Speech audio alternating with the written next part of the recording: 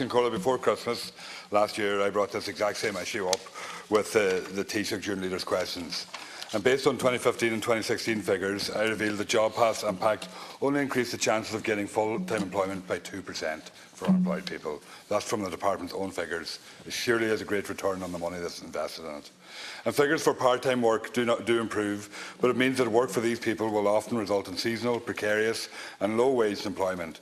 So low are these wages that the state regularly steps in to subsidise their income through the Family Income Supplement, Part-Time Job Seekers Benefit and Job Seekers Allowance.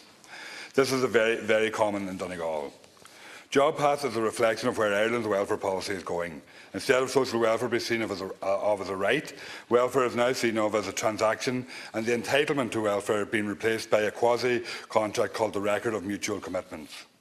Those who do not engage with the service are sanctioned, and for those under 26, they suffer twice due to cuts made to job seekers for younger people as well. I believe that Fine Gael is actively undermining the current social welfare system in order to justify the outsourcing social services to private companies. The private sector, in turn, further undermines the social welfare system. Social welfare services such as the Local Employment Service, Adult Guidance Services, Community Employment, Rural Social Scheme, TUS and Job Clubs have been in decline since Fine Gael came to power. And despite this, a recently commissioned piece of research by the Department of Social Protection, by yourselves, has revealed that the Local Employment Service Schemes, or CE schemes, are successfully achieving full-time employment placement for 28.8% of those referred to them annually.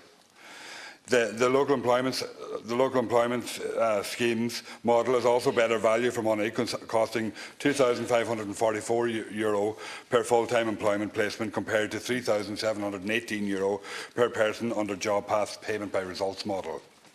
These figures defy any government justification for the existence of Jobpath and prove that adequately resourced employment schemes within community settings work for recipients.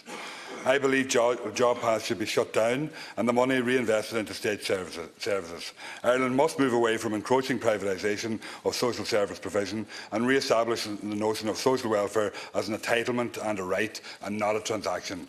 But unfortunately, we need to get rid of this Fine Gael government and their Fianna Fáil supporters for that to happen. In rural independence, Deputy Michael Collins. I would like to